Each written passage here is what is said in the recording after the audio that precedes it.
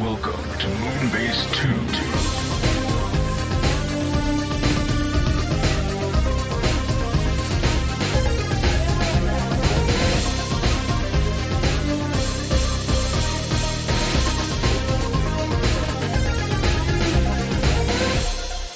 Hello, everybody, and welcome to the Moonbase 2 podcast. My name is Andy, Cobra Commander TFW, and I'm joined this week by the man who has voice-directed Pearl Ethra his entire life. It's Mikey G. Wolf E3. Hello, Mikey. I'm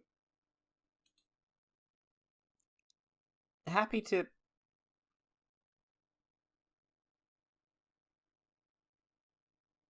be here, Andy. Good, I'm glad. Oh, boy. Yes, we'll be talking about the Kingdom show later on, which is a little fun joke that Mikey was pulling. Though, it also could be terrible internet. Who knows? Who knows? You were just in there like 50-50. He knew what I was talking about. Yeah, exactly. I was like, I'm pretty sure I know what you're doing. I'm pretty sure. But yeah, we got Transformers to talk about this week. As per usual, a lot of it's third party. And we will, like I say, we'll be talking about Kingdom at the end of the show. We will be talking about spoilers for it, but it'll be as we move into what we did this week. Yep. So you will be warned ahead of time. Yep. So I guess we can talk about some news, though. Yes, Mr. Mikey? Yep. All right, third-party news. We're kicking off with Doctor Wu, the most fiendish of the doctors that I know personally, apart from Mikey, who is also a doctor. Yep. They did 4 things this week, or showed 4 things this week. We had the DWE-0708, 011, and... Sorry, 11 and 11. But they're 2 different ones for some reason. I don't know why they're both listed as E11. I'm assuming that's a typo. That must be a typo No, it's somewhere. the E11 on the picture and E12. Oh, okay. E12.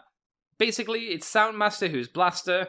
It's G1 Starscream, Seeker. You know, let's not kid ourselves. Power Glide and Sea Spray. I think we talked about the Doctor Wu stuff. Their legend style figs previously, and said we were kind of iffy about their proportions. Yeah, I think this continues. Yeah, I think they were doing an Optimus. They were they definitely did a Soundwave because he's in the promo pictures. Yeah. Otherwise, I can't remember. I think they did. Didn't they do an RC or a leader or somebody? Oh, I God. think they did a female one. Maybe. Either way, we weren't too thrilled on the proportions of them, and it's definitely continuing with a slightly cheapified, like Muppet Baby styled proportions. Looks like it's from a different toy line than the Soundwave. Maybe if that's theirs, that is theirs, right? I'm assuming so. I'm assuming so as well because it doesn't have any official, Decepticon insignias on it, so that. It would be an indicator, at least to me, it's a third-party one. But, I could be wrong there. I'm going to look it up. All right. Well, I can ask you. We'll start off with Blaster, since he's number 7. How do you think Blaster's turned out? Clearly, he doesn't have any cassettes. It doesn't look like he's going to have the ability to poop out any cassettes either. Yep, that's their He is Soundwave. a great proprototype, though. What's that? That is theirs. That is their Soundwave. They've also done a All right. Galvatron. Oh, that's right. And they are doing an RC, and I think it is in the same line, but the picture's not loading properly for me. Oh, fair enough. Oh, well, what do you think of Blaster, Mikey? Oh, Any and they did an thoughts? Optimus and a Nemesis. Oh, well, of course. Yep. Of course. And a Shattered Glass. He looks like he's by a different design team. Why do you say that? Well, Soundwave has lots of hinges and a proportional head. Blaster is all ball joints and has a very unproportional head. Yeah, he looks like a child. He looks like a child drawn by people who don't actually see children in person, but on the televisual box. He looks like a child. Exhibit A. I don't like him. No, I don't. I think it's really bad. I wish I did. But that is... Like, the proportions don't work for me at all. Like, it feels like they really prioritize getting an okay looking tape deck mode. Yes. And that resulted in a robot mode with like really odd proportions, and there's really no excusing that head. Yeah, I was gonna say, like, you say they were focusing on the boombox mode. Yeah, I totally agree. But that's no excuse for how big his head is. It's so much bigger. A massive head. Yeah, it's massive. And it's got no, like, it's also gormless. Yes, they've decided to go for the straight line mouth, no curve in it. He's not smiling. He's not sad. He's not angry. It's the Mr. Garibaldi face when he draws his face in the mirror, and it's just a line, 2 dots and a line for a mouth. Don't know why. Maybe there is an expression there. It's hard to. Maybe there is. Maybe he's smiling. I don't think he is. I'm not in love, and he's the best one. I don't know. I think some of them. The other ones look better. I don't think Powerglide does. No, that's fair. I don't think Sea Spray does either. I think Starscream might be better. So I think, oddly enough, Sea Spray makes this chunky look work for me a lot better. Is that because of your general hatred of Sea Spray? Well justified hatred. Yes, Sea Spray is basically the bane of everyone's existence, and you should all burn the Sea Sprays you own in just like trying to cleanse the evil. But I think the chunky chibi proportions work better with this look, rather than someone who's trying to look like a normal bot that's the size of Soundwave. What was the toy line that came around auto assembly time where you had the Nest, the Nest toy line, the Hunt for Decepticons? No, that's not what I'm thinking of. It was those bots that you pulled back and they zoomed forward and they bashed into each other and they had like a dice in their chest. Oh my god! What I had the barricade from that. Yeah. Oh my god! What were they called? Oh, it wasn't bots. Because that's the food stuff. I'm gonna search barricade. The reason I bring that up is because I think Sea Spray looks like he's from that line. His proportions, his very tiny legs and arms. Yeah. He's got a big chest where a dice thing could go. The rest of them not, but Sea Spray, for some reason, for me, definitely looks like he's kind of edging towards that style, that line, that, like, again, super deformed look. Obviously, actually given proportions versus what Hasbro had those, did. And I could never figure out how to play the game. I didn't have them because I don't think they ever really tickled me. So they were there just as I was like, oh, they're in Aldi, and I've got like 10 euros spare cash or 10 quid spare cash. Yeah, I've got 10 quid to sit on fire. That's fair. Yeah. I'm gonna scroll through here and not find the fucking things. You keep talking. This is gonna drive me insane otherwise.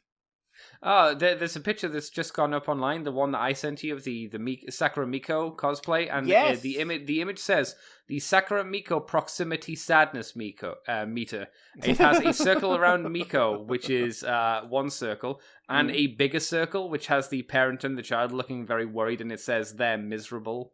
Yeah, so, I enjoyed seeing her reaction to that. Yes. Which was that official? It's her third anniversary. It was part of the celebration for her anniversary. Weird. And her reaction was to do a voiceover where she's saying, like, I'm going to take over the world. I mean, that sounds about right for Sakura Miko, to be fair. Followed by her evil laugh. Yeah, well, as evil as it can be, I suppose. Yeah, her Demon Lord one. So that is an official thing, because they're making money off it. That's fair, that's good. Oh god, what was that toy line called? Oh my god. I mean, it's not really important. It is important. I'm going to go insane if I don't find this out. Well, Sea Spray does, of course, turn into his little hovercraft mode.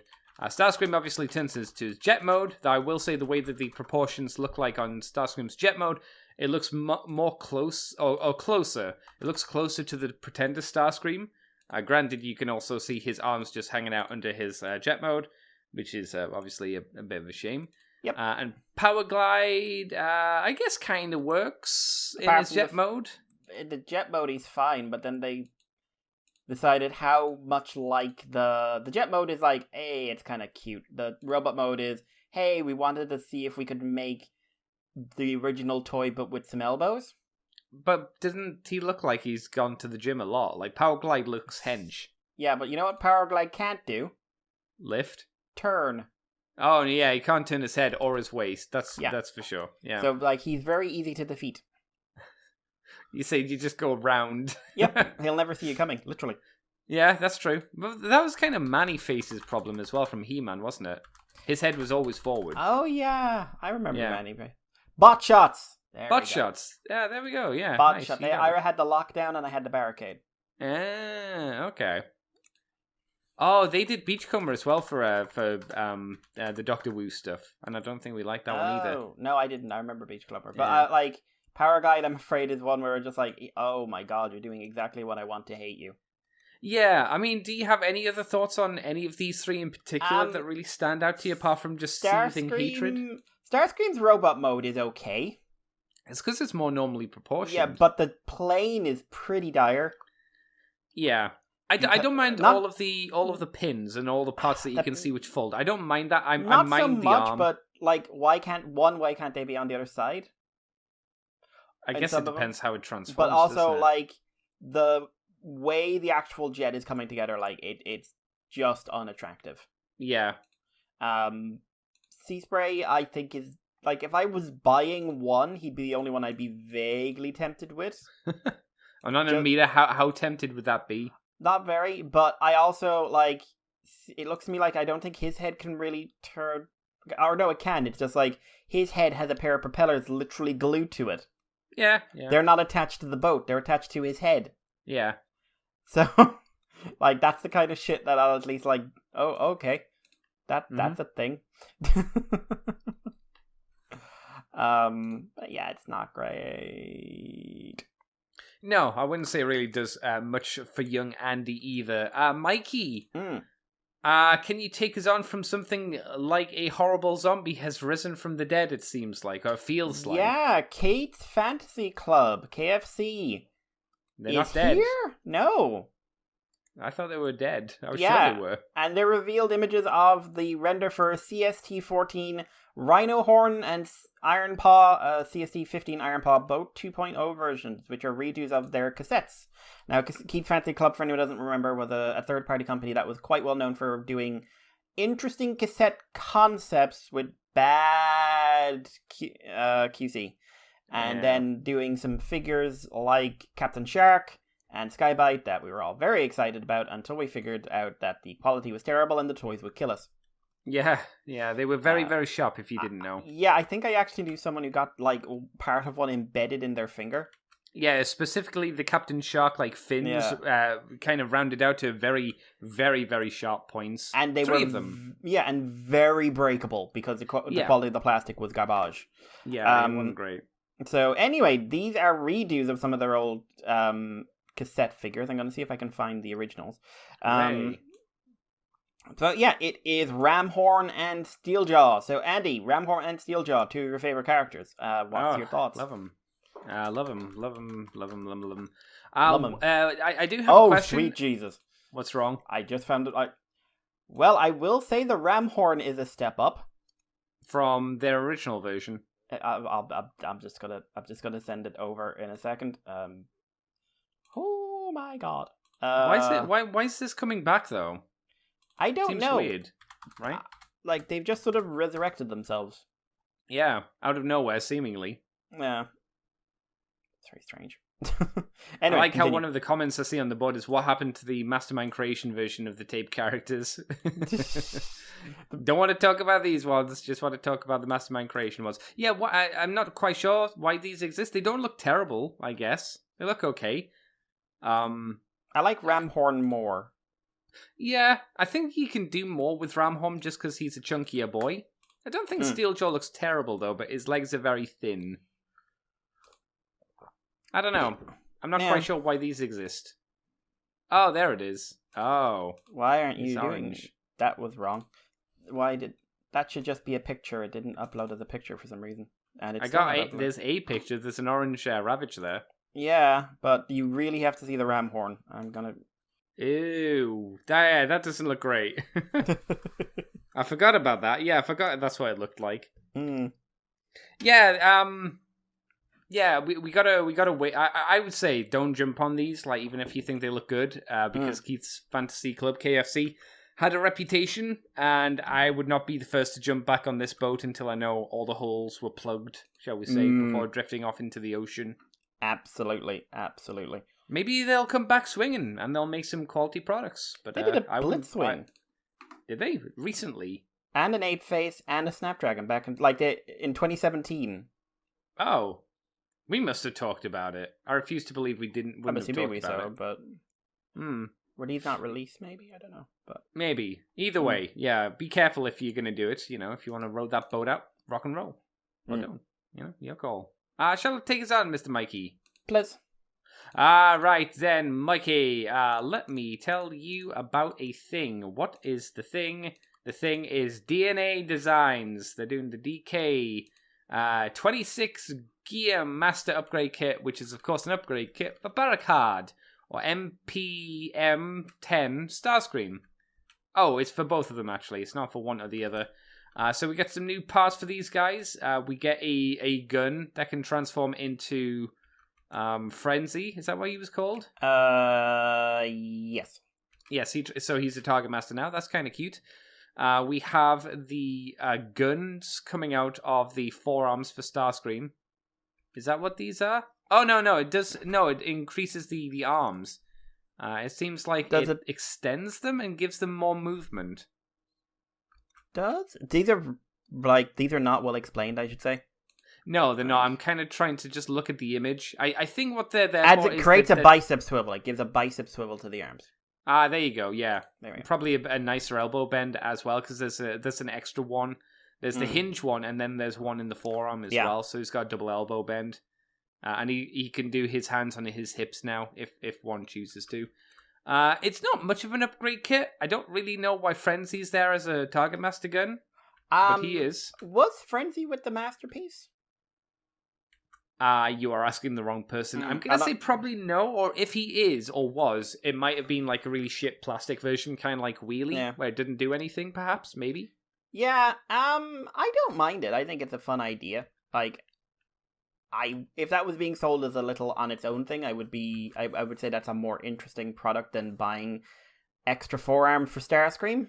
The extra articulation on the Starscream, though, is good. I would say. Oh no, it's definitely good to have it. It's just I'd have to want that toy. Yes, yeah, of course, yeah, totally.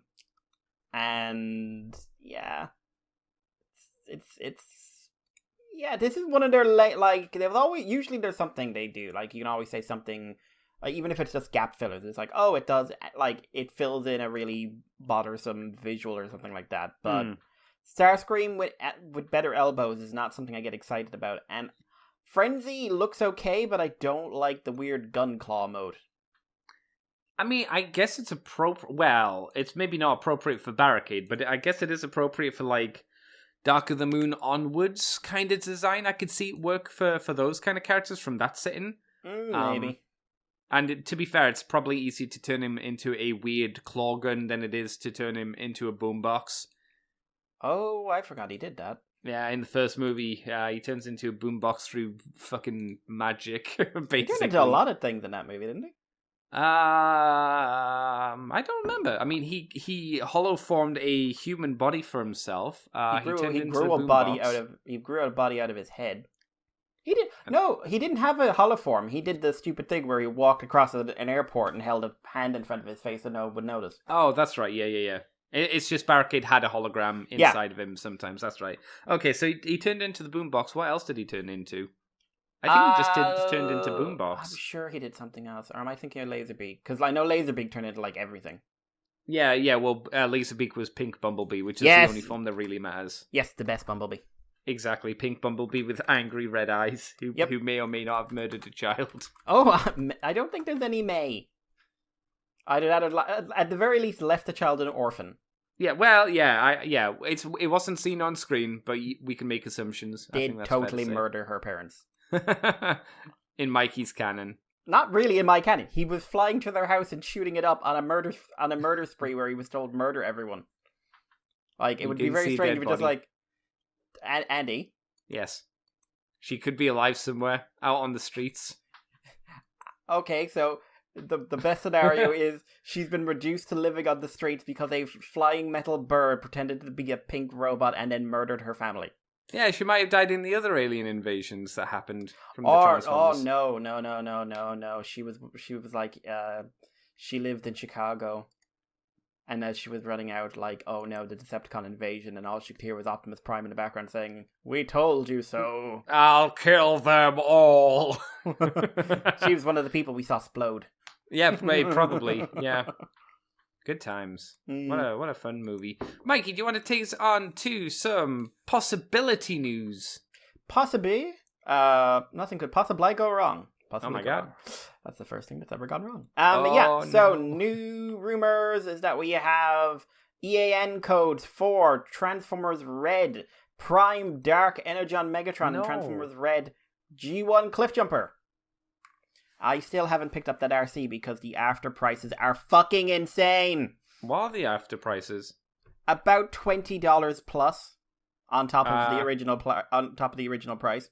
I was going to say, wasn't the original price like about $20 or so? Yeah, so 40 or 50 is not uncommon. Wow. Oh, wow. She's getting G.I. Joe classified. It sounds like. Did we not get any of them in the UK? Did they not appear here at all? Some retailers, but they were still more expensive over on the side of the world as well. So. Of course they were. Of course. Because, hey, they hate me specifically. But yeah, so... we've heard rumors before that Prime Megatron's showing up in Red. This, I think, is the first time we've heard of Cliffjumper. But, like, Dark Energon Megatron, I'm hoping it's not like a Dark Energon repaint because he didn't have one. Well, the image seems to suggest so, and I don't think that was used in... That's, like, if it was, those aren't official. Those aren't official images, though. Okay. I mean, they are. They're like, these are old Red. Like, there's a Dark Energon toy. I think that's a Legends toy, but like one's like I think a card game from one of the card games. Okay, because I would imagine him being called Dark Energon Megatron probably is going to mean that he's not going to be in the colors I guess he should be in. It could be a way of like differentiating him. Yeah, that's true. But then why wouldn't they just call him Transformers Red Prime Megatron? Probably because like Prime. I guess, yeah. I don't know, but anyway, it's the best Megatron who's ever been on TV. You all need to fucking deal with it. So I want to see what he looks like because that Optimus Primal certainly looked decent. It hasn't come out yet, so I haven't heard horror stories about the plastic quality. But the Primal did look decent, so I would be curious to see how this turned out. But Cliffjumper, yay! Redone into Bumblebee, I'm sure. Yeah. They're saying it might be based on the BBTS exclusive Dark Energon Megatron. Oh yeah, that's why we had like a translucent Lockdown. Not Lockdown. Yeah. What's his name? Red car. Yeah. I'm just looking at the picture of the Megatron. I remember this guy. Oh, we got Slicer as well, didn't we? Out of the Wheeljack mold. Yeah. That's right. Yeah. Yeah, that line was quite neat. I think it was all translucent, which made it a bit more scary. Yes, or it was mostly translucent. Yeah. But yeah, like, hey, it's. I just like it. Like I said, I just want representations of like your best fucking TV show you did.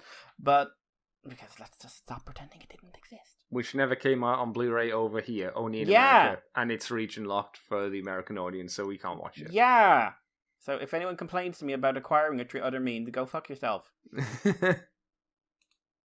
Like, no choice. Oh, we can buy Blu-ray versions, which is but don't insulting. worry, Andy. I can at least buy a full box set of Transformers animated. Yep. If you can see the face I'm doing right fucking now. Or it was the you same know what? No, it's the same with Earth's Mightiest Heroes and Spectacular Spider-Man. They're on Blu-ray for American audiences, but not for the UK But Andy, audience. at least in Ireland and the UK, you can buy one of the oldest Transformers shows. You can buy the box set of Beast Wars in English. Hey. Yep. Go to Germany. Why are people saying you have to buy the German version to me all of a sudden? Oh, right! Because I have to buy the German version if I want it. It is weird. The UK seems to usually... Well, I've always found for the shows that I want, the UK's always been screwed out of media. I don't think that's a radical thing to say. I was trying to pick up the Blu-ray for Primal during the week, and I was just like, nope, not available. Oh, is it out in America? Yep. I mean, yep. And y'all need to be watching it. It's on Channel 4. You don't have an excuse if you're in the UK. If you're in America, buy the fucking DVD or Blu-ray, or buy one of them. I don't care which one you buy. I wonder if I'm gonna assume we're probably not gonna get it right. No, did you see for the ones that did have it? What did they have any features? Like, does Gendy do any commentaries or anything? Because that'd be interesting. I don't know if there was commentaries. I think they had a small documentary on there. I'm making off. Primal Blu-ray extras. I looked at it. Primal. Primal. I'm doing funny voices. Primal. Right. Okay, so I was looking at this a while ago, and I just went out of my head. Let's see.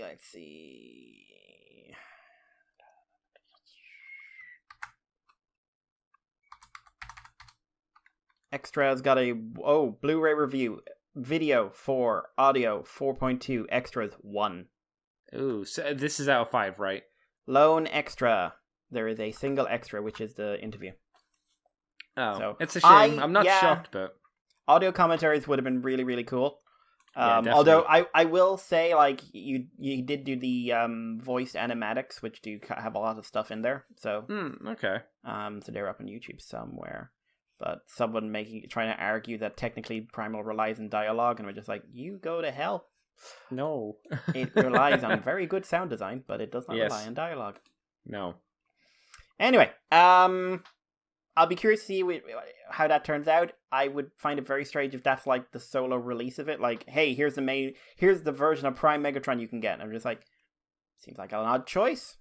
Yeah, I can't imagine they'd do that. What if they did? Imagine they made the normal version like an SDCC exclusive. Oh my god. or a Generation Select. It's like, oh no, you wanted the Dark Energon version. You don't want the normal colored one. He's boring. He's barely in the show. Yeah. Yeah. What? Yeah. Do you want to take us on to a prototype, Andy? Yes. Let me tell you about a possible prototype of Masterpiece Cliffjumper. This might be a thing. It also might not be a thing. The thing it may or may not be is Masterpiece Cliffjumper. They show him in green and translucent plastic. So Masterpiece Tapper. What's that, sorry? Masterpiece Tapper. If you say so. I'll do it. He has a lot of back kibble, and for some reason all of the top of his car mode seems to be in a translucent plastic, which I'd say is concerning, because it's on hinges and pins and all that jazz. I wouldn't be shocked if that was the case, but I like his happy expression. He does have a nice little face. I like the fact as well, for this prototype, he's got BS drawn on his groinal region. That's fun. He also seems to come with his bazooka, which would make sense, but we don't really get an idea of any other accessories. Not having the Bumblebee, I'm not sure how close this looks to that Bumblebee, but there's a bit too much translucent plastic on him in general. You've got all of the back, and for some reason as well, his tummy is translucent as well. That's a lot of translucent plastic, at least from my perspective. Mikey, yeah, what do you think of this Poosable Cliffjumper from an official source? I like the face sculpt. I definitely like the face sculpt. Rest of it'll be a wait and see job, like see it properly, like colored up and how it'll look. But the overall design looks okay. I'm not crazy about the backpack, but hey, excuse me. Backpacks it's a masterpiece toy. So. Yeah, backpacks are an ongoing issue, shall we say? Yes, they have been for a while, and it looks like we're going to continue down that road for a bit longer. Just not a ton to say on this just yet, but I would not object to a Masterpiece Cliffjumper. I like Cliffjumper more than Bumblebee. I have no feelings towards either of them, but I mean, I don't care about or for you. No, not at all. I don't think it's a huge shock for them to do it again because he's a season 1 character. We've been saying for a long time they're going through the season 1 cast. So, it just makes sense to do it. I may as well take the next story as well, since that one was quite short. Super 7 have shown off the Ultimates Wave 2. Did Wave 1 came out yet? No. It's coming out later this year. Oh, okay, fair enough. Well, we got the thing here. The link that you sent me has the extras as well. Okay, I'll have a look at that. Yes, so this wave is going to consist of 4 people. I'd say it's mostly more boring. It'll have Grimlock. I'm going to say Grimlock specifically from Season 3. Yes. So the worst Grimlock. Yes. We have Trax. Woo. Megatron. G1, of course. And Bludgeon. Pretender Bludgeon. I love how you can literally hear the investment go up whenever you say Bludgeon. It's like because Trax, he's the only interesting one Megatron, here. and Bludgeon! Because he's literally because everybody else we always get. Yeah. For the most part, or it feels like it. Again, season 1, like, you could say Grimlock season 3 because that's the accessories he's coming with. Yeah, weird. One of which is just not one I've ever seen before, I have to admit. No, I would agree. But again, it's very much the same. I don't want to join your shitty website. Go away, Super 7. Okay, so let's go with tracks first. So he comes with his mask from that episode, which nobody liked. He comes with 2 sets of extra hands plus the closed hands. The sets of hands are Holdy the Gunny Thingy-mabobs, and he also has the Screaming Agito hands to make an old school reference. He comes with 1 pistol goon, which I'm sure is a reference to him using a pistol at some point. Yep. He has Blaster, which I'm sure is relevant to the episode where him and Raoul go to a nightclub, I think. Yeah, Autobot, I believe. Yes, and then he comes with, oddly enough, his gun and his Action Master companion. Which is very odd. What they were. Yes, I had I think it was Action Master tracks. The difference was he didn't obviously have his wings, and his head was a different color. But that was the gun, and also his tank. The black bits were bright green, and the red guns on there were like blue. But I think it was still tracks. But for some reason, he's coming with his Action Master stuff. I guess because this is an Action Master line, kind of. I like it. It's nice that it's there. I don't think it's going to turn into a backpack like it did originally. I think Trax needs a hug. He doesn't look happy, that's for sure. He looks really fucking down. Yeah. Also, since they're not in the extra pictures, like the promo pictures they had up on TFW are way better at showing like the articulation and stuff for these figures. Yes. I think we said before, like, we weren't sure how articulate the Wave 1s were we? Because we just saw them in static poses. Yeah. These ones, at least, can do some posing, at least. It doesn't look like they're figure art styled. No, they definitely got the basics. Yeah. No ankle tilts, though. They won't look like that, so... But, look, elbows, knees, feet, head turning. These are things I'm not sure about Grimlock. He's got leg motion and he can move his head and arms. Yeah, that's probably all you're going to get. Yeah. I'm guessing. I'd say the next more kind of boring one is Megatron. He comes with his Optimus control-y, like when he made a cyborg of Prime, a drone of Prime, he had a head control module. There's that. He's got a do you want to know where I got these scars from face? Is that a reference to something? I'd say that's either when Megatron's bleeding or it goes in conjunction with the hand that's holding the half-drunken Energon cube. Like, Maybe it's that.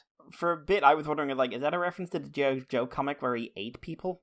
I don't think so. Because it looks like blood rolling down his face. No, I think it is meant to be Energon. So it's either his Energon or it's meant to be the Energon he's drinking. One of the two. Okay.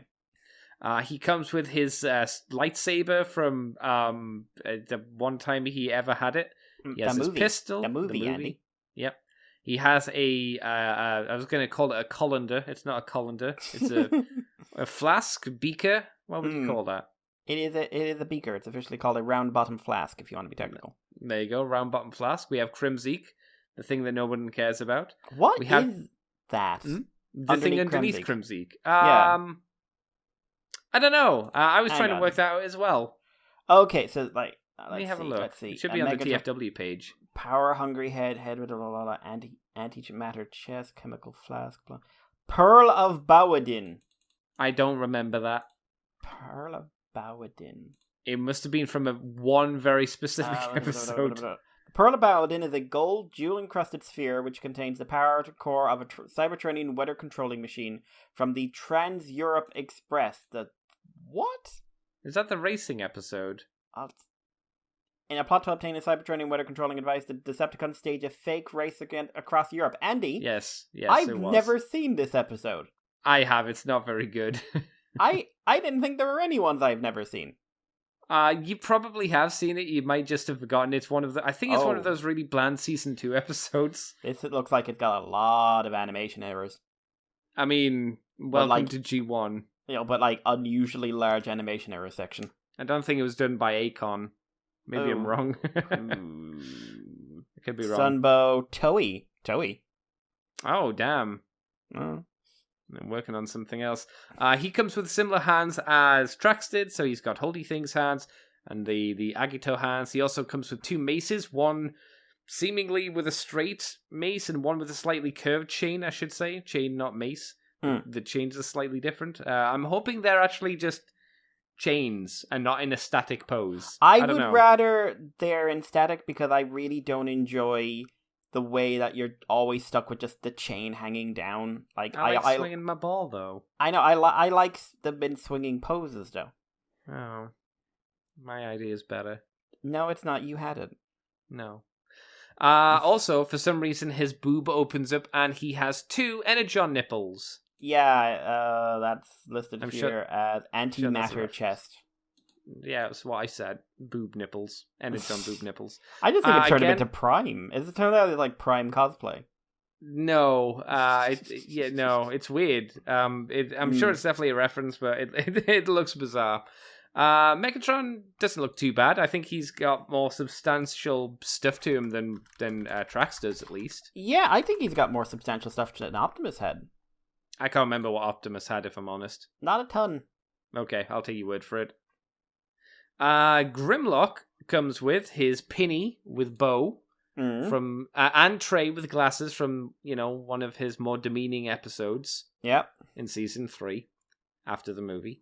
He has 2 sets of hands, or claws, I suppose. There's 3 sets in total.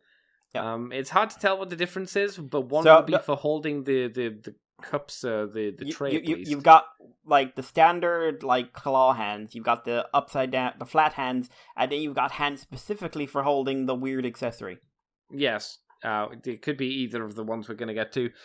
He also has the brain intelligence transfer module, whatever that was called, for when he was Super Brain Grimlock from the Computron episode. He has King Grimlock's crown. Add insult to injury. He has Wheelie because where there is Grimlock as a T-Rex, there must now be Wheelie constantly riding him. This is something I would like to stop, please. Yes. This is a new thing, and I think it should stop now. Grimlock is nothing but a steed to be ridden on by terrible characters. By terrible, unarticulated statue wheelies. Yes, that's a good point, Mikey. The wheelie looks like, maybe it will, but it looks like it has no articulation at all anywhere on it, and so he has bow legs for gripping hard with his thighs onto Grimlock at some point. I don't know whereabouts he grips, but it must be around the neck, I presume. And Grimlock also has a giant fish, which he can have from, Grimlock's New Brain episode. Yes, where he was holding a fish. He seemed very happy being an idiot. Yeah, that fish has fantastic hair. It does, yeah. It's almost a Joker fish from that episode. We never needed to ask why there were fish on Cybertron either, especially organic-looking fish. I bet someone did. Oh, I'm sure someone did. I don't care, but... and then we move on to Bludgeon, who again has sets of hands. He has gun-holdy hands. He has a closed fist. He has sword-holdy hands. And then he has a ninja pose hand. Let's just call it a ninja pose hand for argument's sake. Metallicato, thank you. Ninja, there we go. Metallicato. Samurai, God, can't even get Sure. your right Edo thing right.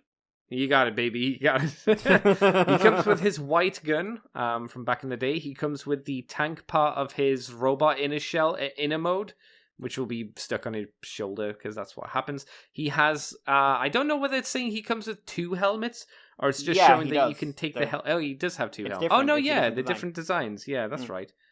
They have slightly different designs. He has a different skull design for his face. One looks like the Pretender shell. One's more animated, I suppose, and looks more like a living... Yeah, it looks a lot more like Skeletor. Or Skeletor, he has a katana, and he also has whatever the small katana is called. Wakizashi, I believe. The Wakizashi, yeah, that sounds right. What's the other thing he comes with? So this is a comic-inspired headwear bundle, which I'm presuming there's a comics... I don't remember a lot of Bludgeon's comic appearances bar like the last one in the issue 80, but I'm presuming there's a time where someone rips off Bludgeon's head and you have his neck on a wire. Oh, that's what it is. Okay, yeah, because it is a like ball joint that has like greebly bits underneath, so it's meant to be like I guess his spinal cord of robot dangly things, is it? Okay, well, fair enough. That's fun. I don't know why you wouldn't have like a dead head then to use it for.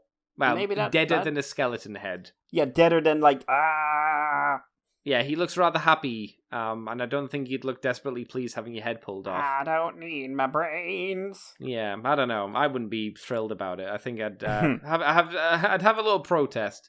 Even decapitated, I'd have a small protest. Would we agree, Mikey, that Bludgeon's probably the standout, then Megatron, then Grimlock, and then Trax? Yeah. Bludgeon, I want Grimlock to be the standout, of course, but it's referencing Season 3, and Season 3 can go to hell. It's not your comic Grimlock? It's not my comic Grimlock, it's not Season 2 Grimlock, it's not Season 1 Grimlock, it's the worst Grimlock. I would take Mazinger Grimlock over this, because he beat up lots of people and got to hang out with Boss Borat. That's true. I'd take My Little Pony one, because he's cool and treats Spike well. But no, maybe the fish. The fish is cool. I like that. It's fun. Bludgeon's, I think, Bludgeon is the one that's going to sell this, I think. Definitely. He looks the best as a sculpt. He's got the best accessories. I think he's most interesting. Megatron is kind of has to be there, but they did go to a little extra effort to add in a bit more options. Yes. And Trax really feels like someone's a fan of Trax. And also that Trax is like just horribly depressed that he's included in this bundle at all. Yeah. Like, Trax is not a happy boy. I think this line should be if we can get more of the Pretender Shells guys in, because they are perfect for action figure usage, and I don't think really ever get a shine.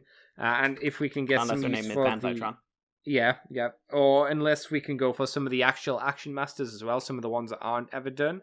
That'd be nice, but I think they'll be on they'll be like one per wave rather than like the main focus, unfortunately. Yeah, like which makes sense. They released the info for Wave 3. Did they? Yeah, so Wave 3 is G2 Megatron. Oh, okay. Cool. Alligator Con. Which one's that? That is the alligator that they turned Optimus into, I believe. Why? Wreckgar. Why? You didn't answer my question. I'm moving on. Wreckgar. Okay. And Tarn. Okay, two of those have potential. Yeah. And the alligator, definitely G2 Megatron. The alligator could be fun if it's just like a neat alligator toy. Yeah, it's just fucking weird. It's like, out of everything you could do, the Alligator-tron? Really? I mean, fair enough, I guess. Alligator Con. Sure. I would have preferred Slizaro. Or the weird pig dude. Yeah, that would be nice. Nice. Hell, It'd be too big for the line, but... yeah, because scale really matters in this. But, I mean, at this stage, I take fucking DevCon over bloody alligator. No, don't come on, Mikey. But no, DevCon, Andy. Everyone loves DevCon. I was told that for so many years. People were telling me DevCon was the best. Was it one person that told you this? Oh, I wish. It was such a thing at conventions and on forums. I remember it distinctly. It's like, DevCon doesn't get the love he deserves. So just like, I think he does. One, why Mickey Mouse? Why are you giving an opinion on this? Sure, and two, why? No, DevCon doesn't matter. No, DevCon don't matter. He didn't have. I don't think DevCon ever had a standout design either. Well, no, at least from my perspective, he was basically just kind of a not sweep. Yeah, he was like proto sweep. He was the proto sweep. Like he was, and like that's every toy he's had. I think is like the only toy he's only had the one toy, hasn't he? Redo out of Generations Scourge. What's his name? Scourge. Generations Scourge. Yeah, the best Scourge. My favorite Scourge toy. But yeah, because he's boring and he's DevCon. And he's boring. Boom. Statements made. Fight Mikey. Yeah. Anyway, actually, no, I will take the alligator over that. Andy, deep, meaningful news. Actually, these are all small, quick news stories. So I'll wrap them all up. But Transformers: Rise of the Beasts, the movie that Lorenzo de Bonaventura won't shut up about, won't keep ruining, won't piss me off any further by saying, like, oh, God, our marketing for Bumblebee was so bad. It was like an animated movie. He said that, Andy. Did he? That is a sentence he said. Okay. I thought I was done getting annoyed at that, man. Oh, you'll never be done. You'll never be done. It just reminds me of something Gendy Tartakovsky said in an interview where we were just like, yeah, when I was going into movies and someone said, okay, we want you to do a live-action movie. Are you ready to move into proper directing? And Tartakovsky walked the fuck out. Yeah, good. Out of a multi-million-dollar deal because he's got integrity. To be fair, I'm not surprised that is the mentality, though. It's so just everything is just learn from Bumblebee, don't learn from the other movies that everyone's so sick of. And then he started kissing up to China that one time. Anyway, basically, new copyright entry went out for Transformers: Rise of the Beast, which Ray included a news synopsis, like highlighting that their Destructicon Scourge is going to be there, or Terrorcon, or whatever the fuck he's called. But the copyright has the projected publication date of December 2022. Previously, it was supposed to be June 2022, but either they're biding their time or it's a case of the movie has been delayed. So apparently, after Snake Eyes crashed and fucking burned, Paramount kind of panicked and moved some of their films back. So for some reason, a kaiju podcast I listen to is constantly talking about this, but Clifford the Big Red Dog has been delayed. And a few others, so it's probable they're going to delay Transformers a little bit. So yeah, I mean, not anything particularly notable, but hey, if you're getting excited for a summer blockbuster, it's probably going to be it might be a December blockbuster now. So, which I suppose is a bit more worrying because that's what they did when they tried to kill Bumblebee. So then again, they tried that with Aquaman, and that made $1 billion. Yeah. Aquaman, the dumbest hero of my... I still have dumb fun with them. That is my Independence Day. That is a terrible movie that I enjoy for dumb fun. That's fair enough. I can see that. But I do acknowledge it's a terrible movie. That's the difference between me and you. I have never said that Independence Day is a stupid movie. No. Pacific Rim is stupid. Still great, but it's stupid. You can be great and stupid. Independence Day isn't great. Okay. That's the difference. I just admit it. Just admit it. I love so angry. This has become the new thing. Anyway, Transformers the movie is getting a 35th anniversary cinema release in US. So on what about the UK? You don't exist, Andy. You'll get it when you get the Prime Blu-rays. So September 28th, it will be making appearances in in cinemas via the Fathom Events website. I don't know if those are cinemas or if that's just... I'm going to wait for this to load.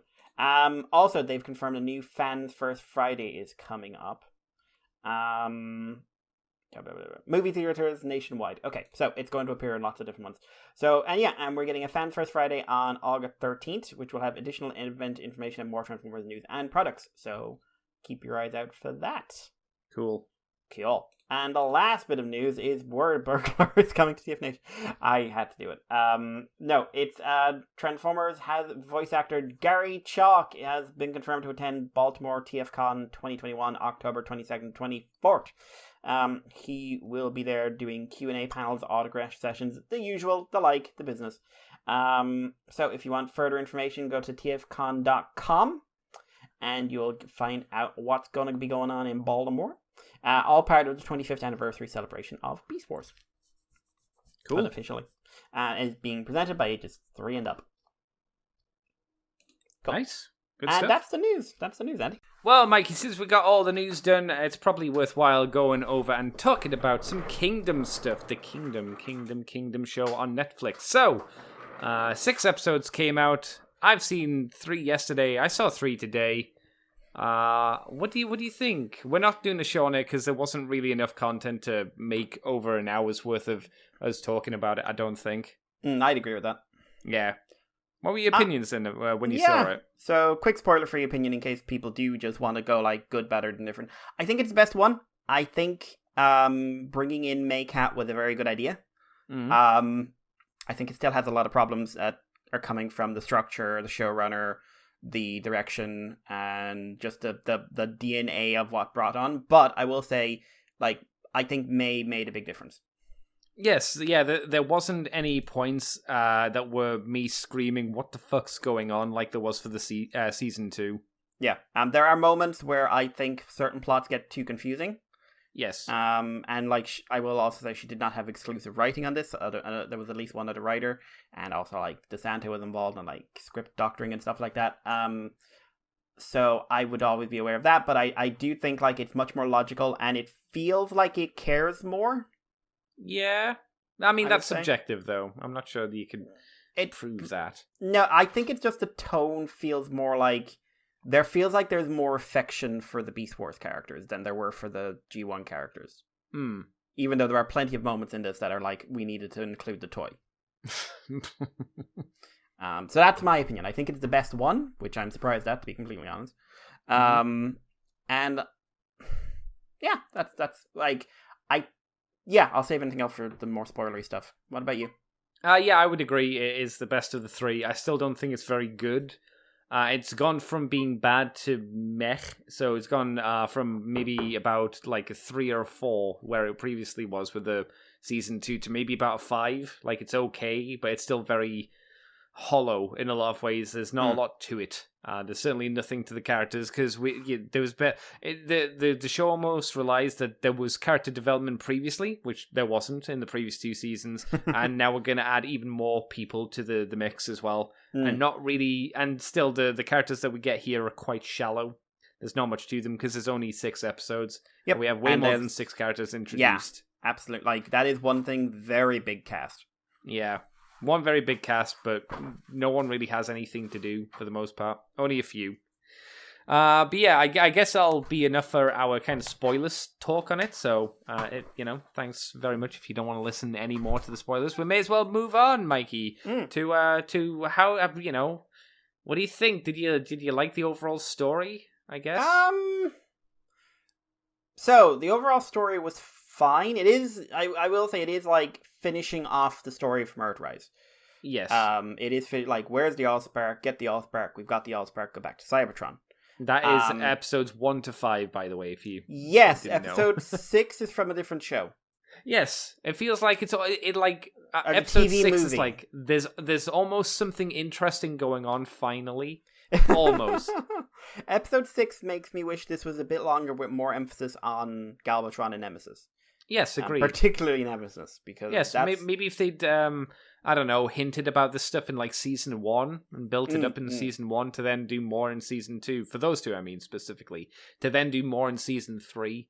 We have the point where all the Autobots, Decepticons, Predacons, and Maximals come out to attack those 2, and for some reason they think we'll melee attack them. I was like, why not shoot them? No, because they had a T-Rex. Throw the T-Rex at it. I was like, no, shoot them. There's so much more of you. I mean, like, they do have a moment where just like, oh god, no, they're too strong. Like, they're just like, oh, it's all of us versus them, and we're completely outmatched. It never felt like they were outmatched. No, that was like an informed attribute. I feel like that was a communication error with the animator, to be honest. That would be like if someone went, oh, Yamcha's beaten us. But it's like off screen, you're like, is he? How would I know that? I don't believe you. Like, they have a moment where, like, the Beast characters all try to tackle Nemesis, I think. Yes. And that kind of, okay, but what they should have had was, like, okay, here's, like, here's Optimus and Megatron in the middle of the fight, and, like, Nemesis is handily taking care of both of them while also, like, backhanding, like, 4 or 5 other guys. That's the thing, because we've already seen, like, the cat specifically is who you mentioned, I suppose. We've seen them be tossed around by Megatron and by the other Cybertronians beforehand. So it doesn't really... It kind of diminished them to begin with, so then to say, oh, Galvatron throws them around, it's like, yeah, but they ain't worth shit. They can't fight. So it doesn't really matter. I don't know. Yeah. It's a weird choice. They do give Galvatron a bit to do. I really wish they give Nemesis a bit to do. I wish we knew more about Nemesis, because we don't know how he's made. It's just he's evil. It's like, why? Like, they hint, like, one of the Golden Disc recordings hinted like Megatron killed him. So yes, I'm assuming Unicron revived him. But like, I guess. Like, I would find it like, wouldn't it be more interesting if just like, well, at the end of this war, Optimus became really fucked up? Yeah, I always assumed when we saw the original time we saw Nemesis, the reason he became that was because of his like obsession, like with saving the planet, or like his obsession with not surrendering to Megatron. I thought that's what drove him to insanity, not he died and Unicron just made him bad man. Yeah, especially since like one of the ongoing plots of this is that Optimus keeps fucking up. So why not have that as like, he crossed the line at some point. Yeah. He thought he was going to choose the right path and he went down the wrong path. Yeah. That could have been something. Yeah, like the story overall is simple. It's I get the Allspark, bring it back to Cybertron and Galvatron and Nemesis at the end. But where it worked for me was the characters that worked. Where it didn't work were the characters that didn't. If that makes sense. Do you want to expand on that? So in this one, the Beast Wars characters in particular, but I will give credit to Jake Foshi in this because he finally found a way of acting within that stupid voice direction. Which one's Jake Foshi? Optimus. He's still not giving the kind of performance he gave in Cyberverse or something like that, but it's like when he's given those like low key human lines, those work. It's just when. I think the issue is the obvious issue of he's told to slow down his speech and put in many ellipses, which is awful. It's still there. It's still really. It's almost like I don't know whether he's doing it on purpose at this time. It's more noticeable here because the Beast Wars characters don't do that. That's the thing, yeah. None of the Beast Wars guys do, but that's why it feels like it's almost he's doing it deliberately as a joke. It feels like he's really emphasizing the ellipses. Maybe you just why won't you read the line properly, Jake? You told me to read it like this for 2 seasons, guys. Yeah, we can't change it now. You fucking dug this grave. Now let me bury myself. Get in the hole with me. But because they had plot lines centered around Black Arachnia, Dinobot, a bit of Starscream, a bit of Megatron, a bit of Optimus, whatever. But Dinobot worked fairly well. He is, let's be honest, largely kind of cribbed-coded hero quotes. That was cringy. That was my more recent dislike of nostalgia. Just like, okay, second I did it, they're like, and you're gonna kill him. But they did have a nice little take in it at the end. Like, I've thought about because he's not a Maximal in this, but he's like, I've thought about leaving for thousands of times, and it's just like, would you have had me? That's an interesting little line. But I will give credit to the voice actor there. He's a rapper who I've never heard of because I don't follow rap, but he's not an actor. Like, he's not one who has an acting biography behind him. I thought he did quite a good job. Like, he was fine. Yeah, I wouldn't have said this was his first time voice acting if I'd heard it. I think my issue with a lot of the cast, and we'll talk about Megatron because I know he's a Beast Wars Megatron because I know he's a hot button topic at the moment. A hot button topic. But generally, I would say a lot of these people, not all of them, but there's a good chunk of them that I think were miscast for the role. Absolutely. Tigertron's another one. Oh, Tigertron was just a bad. He should have been like a Predacon from it. Like he had a much deeper. He had the Jetfire Impactor voice. Yeah, like if you'd given him for maybe Pterosaur, I could have seen that. Yeah, maybe. Granted, there is no Pterosaur in the show. Mode. I hated his alt mode. Yeah, I mean it was just the upscaled cat. But Cheetor, they didn't even change the model. It's just a bigger Cheetor. I mean, Mikey, remember there was a line that there's only a few Predacons left, and yet there was at least 7 or 8 Scorponoxes. Scorponoxes? Beast Wars Scorponoxes. A flock of Scorponox.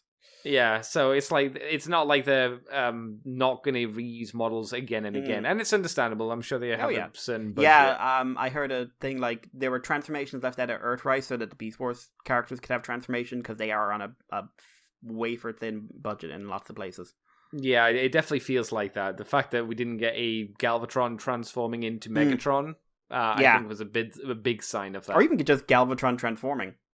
Yeah, yeah. Neither him nor Nemesis transformed, and they could have done it with Nemesis. Nemesis is weird because it's a black repaint. Yes. Yeah. It's odd. Yeah, but like I think you're absolutely right about miscasting. But like saying with some positive now before I dig in, Sure. Black Arachnia was my favorite part of the show. She's very much like the Beast Wars version, I suppose, before having the sex with Silverbolt. Except in this case, she'd probably be having the sex with Air Razor. But yeah, that was weird that was kind of hinted at. I was like, what? Apparently, it's not a hint. Just like, yeah, we just decided she was after the ladies. Really? Oh, okay. That's odd. It's fine. I don't. It's not really something that informs the character in any major way. But she just it's just very out of place. she just does the stuff she would do with Silverbolt with Air Razor. It's fine. The reason I say it's out of place is because they really don't get enough time to develop any character stuff, so it's just a random line that's thrown in at one point for no particular reason, apart from to be a reference. And then she gives Air Razor that random kiss at the episode 5, I think it was. But yeah, like it's one of those things. Like I'd liked if that had time to be a plot. And there was barely any time for any plot, to be honest. Which is because it basically turns out to be her like saying RC's hot and then hitting on Air Razor. It's not like leading up to a grand love story or anything. It's just like Black Arachnia is looking to hit it. But I liked her voice performance and I liked the character. Very Black Arachnia, but that worked. Overall, Primal was better than I was expecting him to be. Yeah, he had some bad line reads. Mm-hmm. When he still goes like, "We are from your future," which was not a good line read. But overall, he's okay. Not like a meaningful character in terms of depth or anything, but he's okay. And stuff like that worked for me. Air Razor I thought was fine. Wish she had a little bit more to do, but she was okay. Plot progression was better than the other ones as well. It's definitely more plot focused. The beast animation was pretty solid, in all honesty. You mean when they're in animal forms? Yeah, I was surprised by that. Yeah, that's all right. And they use some good cheats for transformation schemes. Like, we never see Black Arachnia transform, but they do a good little trick where she's like shooting at something. There's a cloud goes by, and suddenly the spiders. I wouldn't say that was clever. I was annoyed by that. It's like I liked it. I was like, that's a cheap saving technique. Yeah, but a very obvious one. If you don't have the money to give her a transformation sequence, but you want her to have an action sequence where she's like spidering it up. It didn't feel like she needed to transform into a spider at that point, though. She was on the side of a wall. Yeah, which spiders can climb, but presumably robots can't. Presumably. But yeah, like overall, I found it more fun. Basically, is how I'd sum it up. I enjoyed it more. On a sloping scale, I wouldn't say I enjoyed it though. I would say I didn't hate it. Yeah. I was very specific in my words there. Yeah. Because I didn't enjoy Siege or Earthrise. No, those two hurt me. I think Siege was the most boring, like the one where I was looking at my theoretical watch the most. What was 2 called? Earthrise, thank you, yes. Earthrise was the one that actively annoyed me and made me angry. And this was the one where I was just like, I existed for a portion of my life while watching a show. Wasn't hate, wasn't love, it's just I watched it and went, okay. Okay. But yeah, I also like... So, I'm going to move into some of the sort of semi-negative stuff now. I liked what they were trying to do with Dinobot and Starscream and a bit of Megatron.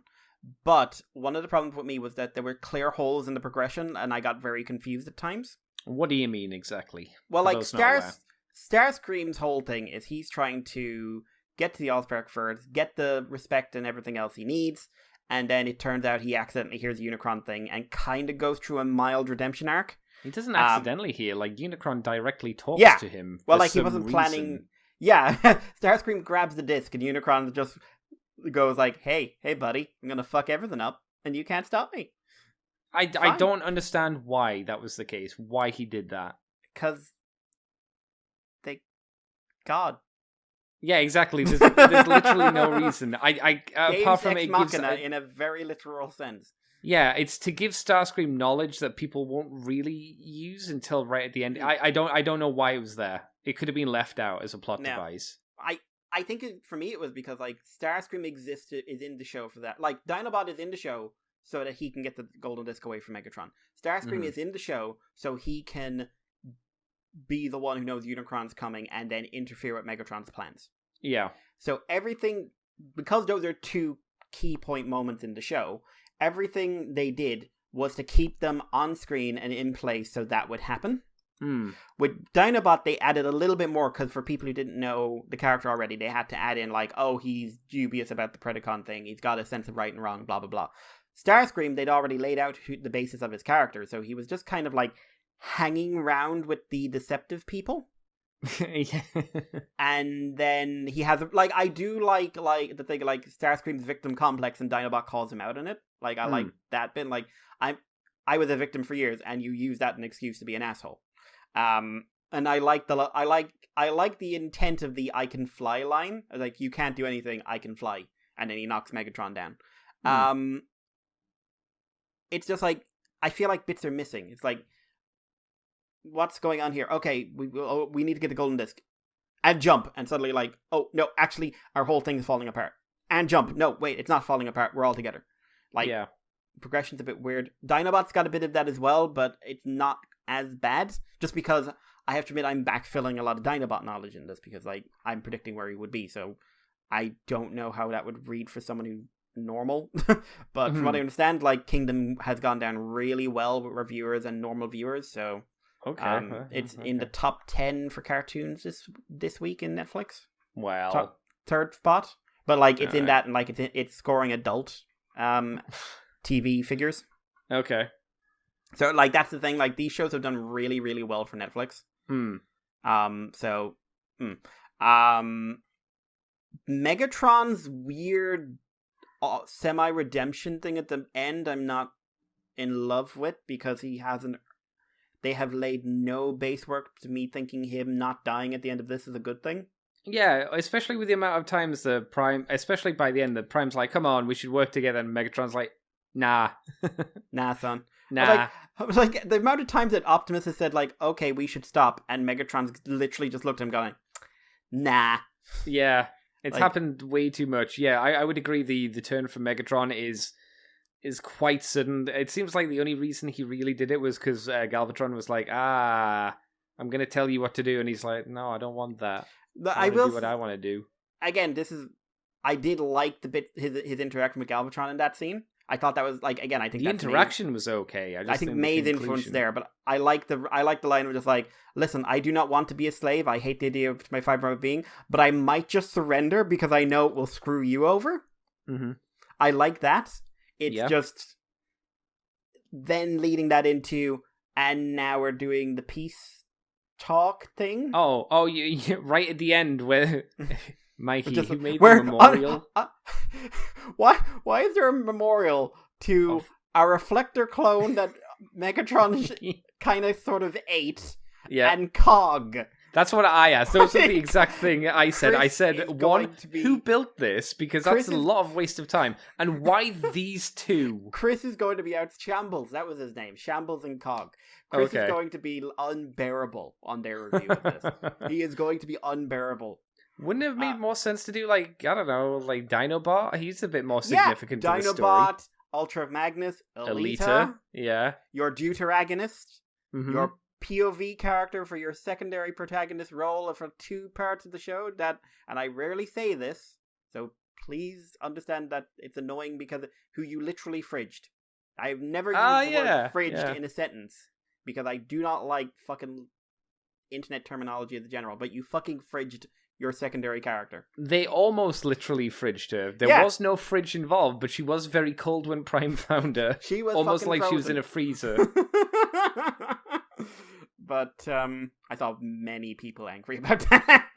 I would have been angry if I gave one fuck about her, but she's again not a character because we've had really no interaction with her. She wasn't much of a character in the first season, so I don't care. Yeah, like, I like the actress. I think she seems to have a lot of fun. She was great. She had a good voice as well. Yeah. Decent voice for the role. I would argue Elita actually had some of the better character stuff in the first couple of seasons. What does that even mean? Well, it means, like, she was somewhat self-aware. Yeah, but when I say what do you even mean by that, it's like compared to everybody else. Yeah, it's like, compared to everyone else, Andy. Compared to everyone else. Yeah, like, it's like nothing. But I think it's literally jaw-dropping that she was your secondary character, and you killed her in an explosion at the end of Earthrise that was very, they're going to survive this. I thought that as well. Was it implied that was what killed her? I thought it was kind of implied that she just died along with the planet at some point. That's the thing. Like, you can either assume that, or you assume she literally just died randomly afterwards. Which I'll at least assume she died in something we see. Yeah, it would be better because at least it was a bit more of a heroic death than just like I guess down. wasting away. But like her arm up in that bloody position of just like, yeah. I liked it blowing in the wind. I thought that was silly. That made me chuckle.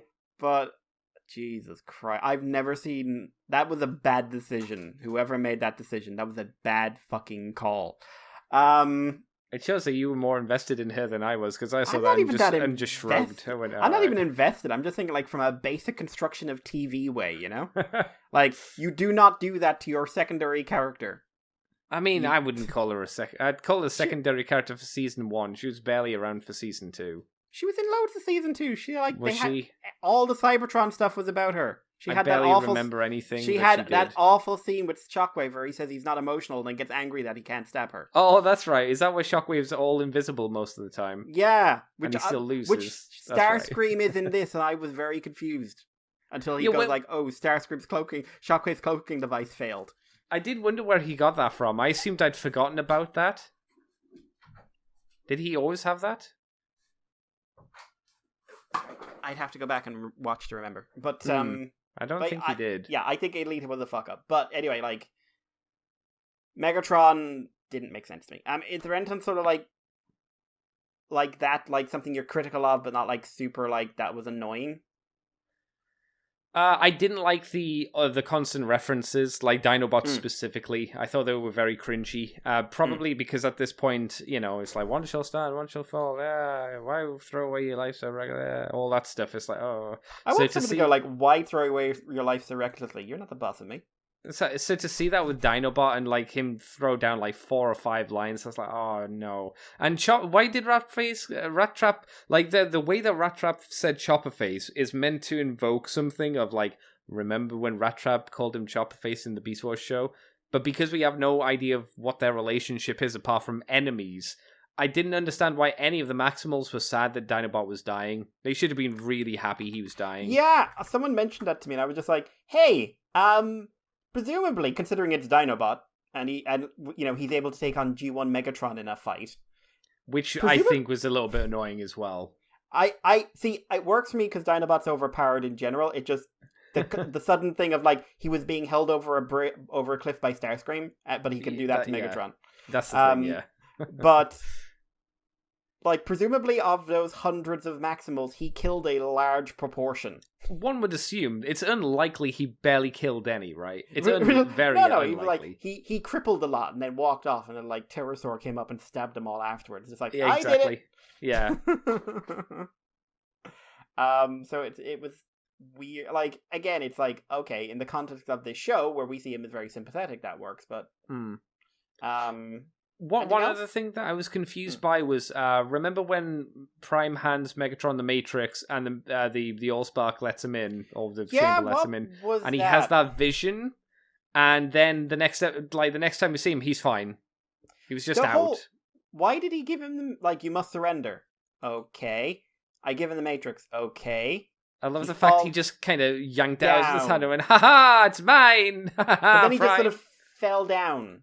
Yeah, he goes into a weird vision where all of his Decepticons turn into zombies, and he gets sucked into something, metaphorically, seemingly.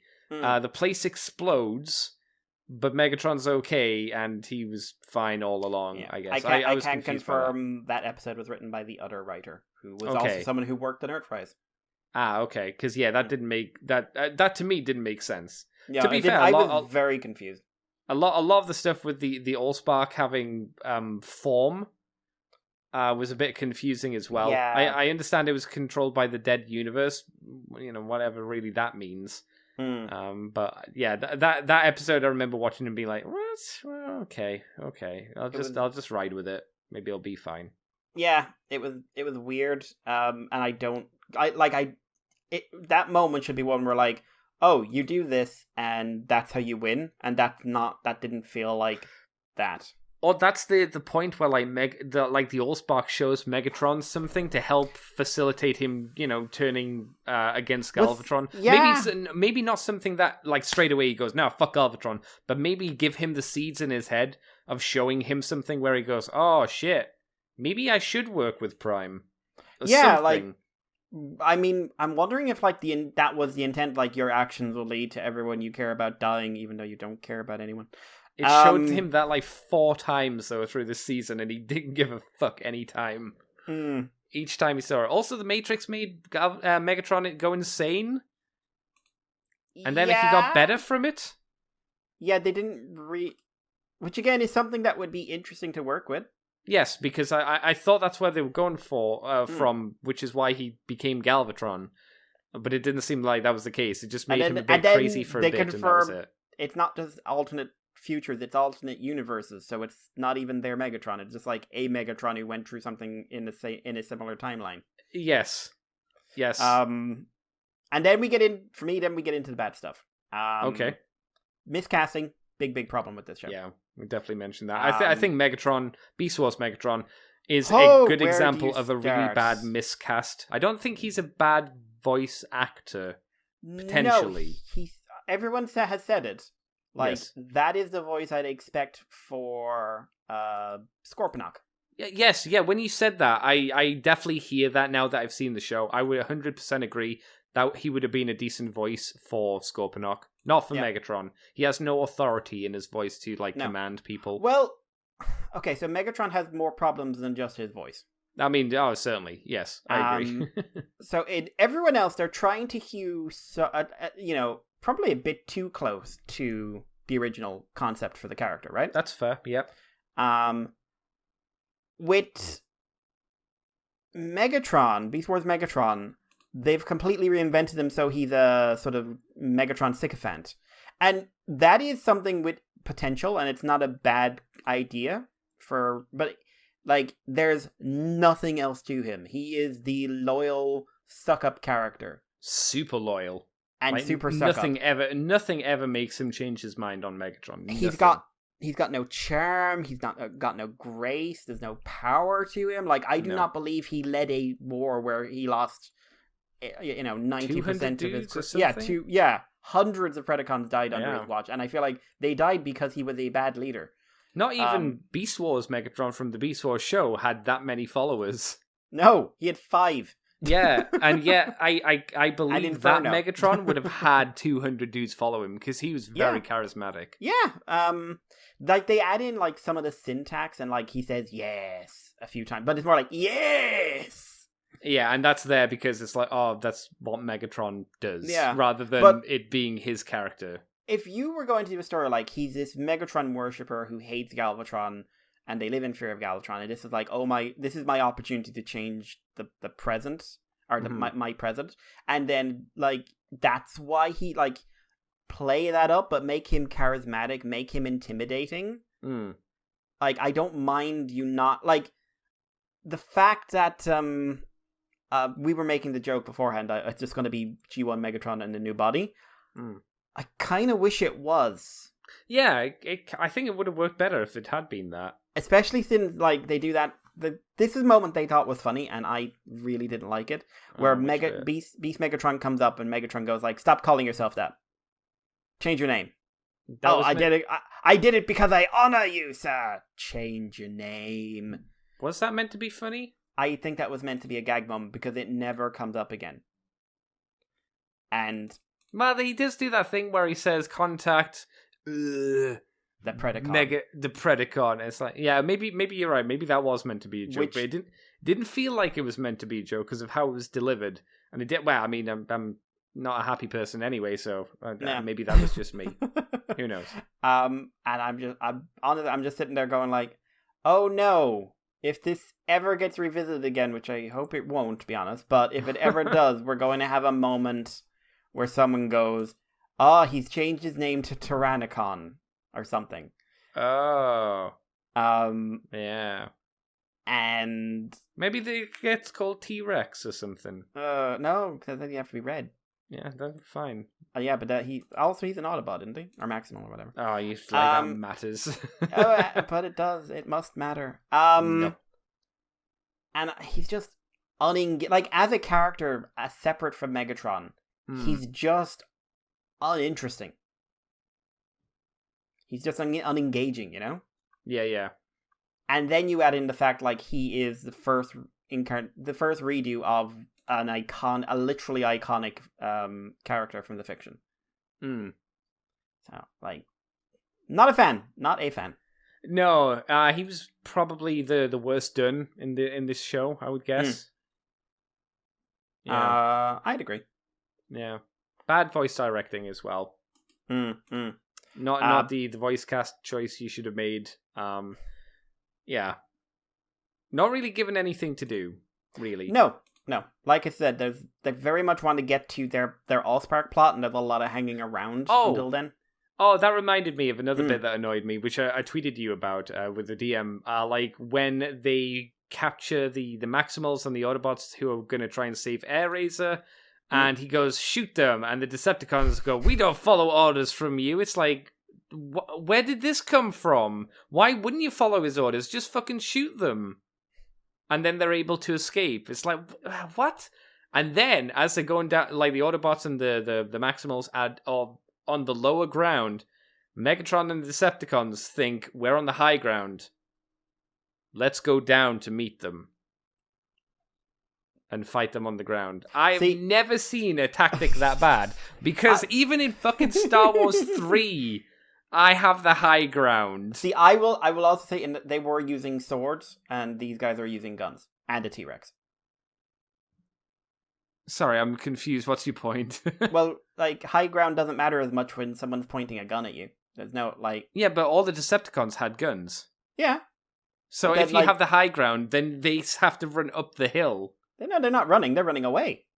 But you can still shoot them. You still got the high ground to shoot them. Yeah, but they've also got a T-Rex. And actually, RC was there, and Hound. Yeah, but they've got a T-Rex. That was stupid. All of the Beast Wars character strategy was turn into animal and attack, even in situations where they shouldn't have transformed in an animal form. The thing is, like, that again, like, you want to play it up in the Dinobot way, like the Dinobots, not Dinobot, but if you want to play it that way, just like, if they're the reason they do this, it's just they don't seem any more powerful in their beast modes. They just... No. It just adds a different bit of choreography to the action. And let's be fair, the reason they did it in the show was so that they could the show reason, not the budget reason or anything. The reason they did it for the show was because of the energon buildup. So that's why they had the animal forms. You know, but I saw someone made the buildup here. I also saw people saying, "So are these really big animals or really small cars?" And I was wondering that specifically with Rat Trap. Yeah. Rat Trap definitely shrinks when he's a rat. Versus but like a robot. Even then, if he's scaled to Bumblebee the way he was, he's about the size of a rhino. Like you mean a real rhino, not like a rhino. Rhinox. Not a rhino with a horrible back growth that they really need to get checked out. Because that is a thing that is in this. Mm-hmm. Yeah, scale was a little weird. This is why because I remember, like, lore-wise, that's why they became beasts, so they could become smaller, so they were less energon consuming. But do you want to know something that really annoyed me? Okay. Like, this was a moment I paused. Like, so Optimus is fighting Nemesis, and Nemesis is flying, and he sees Bumblebee, and he scans him. Oh yeah, he just flies, doesn't he? Yeah, but God powers, that doesn't bother me so much. But this does. Scans Bumblebee, right? Oh, no! Bumblebee has the Allspark. Oh, he sees God. on the screen that there is a rotating Allspark. Now, I can only assume there was a Jesus. communication error between writer and animator, because after shooting Bumblebee a couple of times, Nemesis then attacks Optimus, screaming, "Tell me where the Allspark is!" Yeah, Tell me! I saw that. I was like, what? Mr. And Prime Prime even says, "I don't have it on me. You're lying." Mr. Prime, did you think that was a smudge on your windscreen? That's the thing. It's like, the only thing I could imagine is he thought Bumblebee was putting out a fake signal You know which what I makes do? no sense. You know what I'd do if I was him? Kill Bumblebee and check, because you're You'd fucking think so. Nemesis Prime and it's not going to take you very long. Yeah, you could just fly down and get Bumblebee, to be fair. Hold him upside down and shake. I remember seeing that scene and was like, what the fuck is happening? Why is this a thing? Who did this? Who thought this was okay? Again, it's as bad as the Shockwave going like, I have removed all my emotions, and they get really mad. Yes, yeah, exactly. Oh boy. That bugged the crap. I took me completely out of that moment. I was watching Nemesis and Optimus and I was going like, but you just saw it. Hey man, when you're brought back from the dead, you're not brought back from the dead smart. He dumb. Oh man, they should have done that. He should have been like Toxitron. I did think it was weird as well that when the Allspark was summoned or put back in its place, was it in a giant temple before? I don't remember. I'm going to assume it probably was, right? Because in Siege, they found it. Like, Siege, it was like a legend for an episode, and then everyone was convinced it was true. Okay. Oh, so it wasn't in a temple all the time. No, I think it was, but like they had to go looking for it. But like, Siege was like the Allspark. No one believes in the Allspark. Next episode, we must base all our plans around finding the Allspark. Yeah, I remember that. Yeah. Yeah, I thought it was weird that it summoned 13 or like it summoned a load of spooky golden ghosts. I get who the did nothing really of that, like, because I think it was like on Earth, it was the Predacon and Maximal Sparks revived it, and then they brought it to Cybertron, and the same thing happened with the Autobot and Decepticon Sparks. But one, it has to be me interpreting that, and two, would that have significance in this context? Also, was that Seeker supposed to be Skywarp, or was it random Seeker Man? It could have been any of the hundreds of Seekers that have been sliced up in these 3 seasons, to be fair. Could have been any of them. Yeah, sure. Primal kills I thought Primal killed Thundercracker, but then he showed up again. No, yeah, Thundercracker definitely died, but don't worry about it. I guess if you're a spooky ghost as well, you have god powers, as you can just disintegrate Nemesis and Galvatron. Yeah! But then they're saved by Unicron anyway, so it doesn't really matter somehow. That was anticlimactic as fuck. Yes, I thought we were at least going to get something. But no, it's like, we're losing this fight. Let's go and get the Allspark, Nemesis. Okie dokie. And then the ghosts just go, and yeet. And they go. Like, yeah.